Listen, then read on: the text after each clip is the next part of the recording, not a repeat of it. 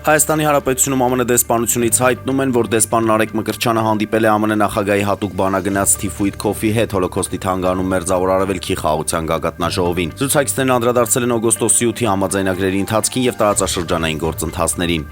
Մայրաթոր Սուրբ Էջմիածնից մեկնաբանել են Տեր Նաթան arczepiskopos Հովհաննիսյանի եւ աղա Նաբեղա Երջնկանյանի հեռախոսազրույցի ձայնագրությունը։ Իշխանությունների կողմից եկեղեցու դեմ սանձազերծված գործողությունների, այդ թվում վերջին օրերին տասնյակ հոգեվորականների բերման ենթարկելու եւ երկու եկեղեցականների կալանքի տանելու ենթատեքստում արդեն իսկ ակնհայտ է, թե ով է կանգնած հերթական այս արարքի հետևում։ Հեռախոսային խոսակցությունների գաղտնիության խախտումը ինքնին հանցագործություն է եւ առանձին թեմա, որին իրավապահ մարմինները հույս ունենք, որ համարժեք արձագանք կտան։ Քրեական շրջանակներում ձերբակալվել են Իջևանի նախկին քաղաքապետ Վարուժան Ներսիսյանն ու նրա որդին։ Վերջինս մեղադրվում է փողերի լվացման եւ պաշտոնական լիազորությունները չարաշահելու մեջ։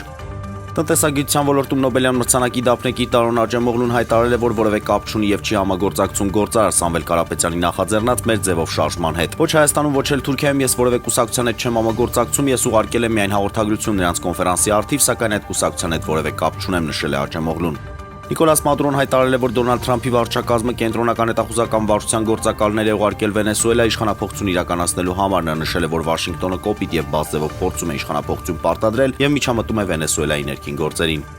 FIFA-ն թարմացրել է ազգային հավաքականների վարկանիշային աղյուսակը։ Հայաստանի ազգային հավաքականը նահանջել է 2 տեղով եւ այժմ 104-րդն է։ Առաջատար Իսպանիայի հավաքականն է լավագույն հնգյակում են Արգենտինան, Ֆրանսիան, Անգլիան եւ Պորտուգալիան։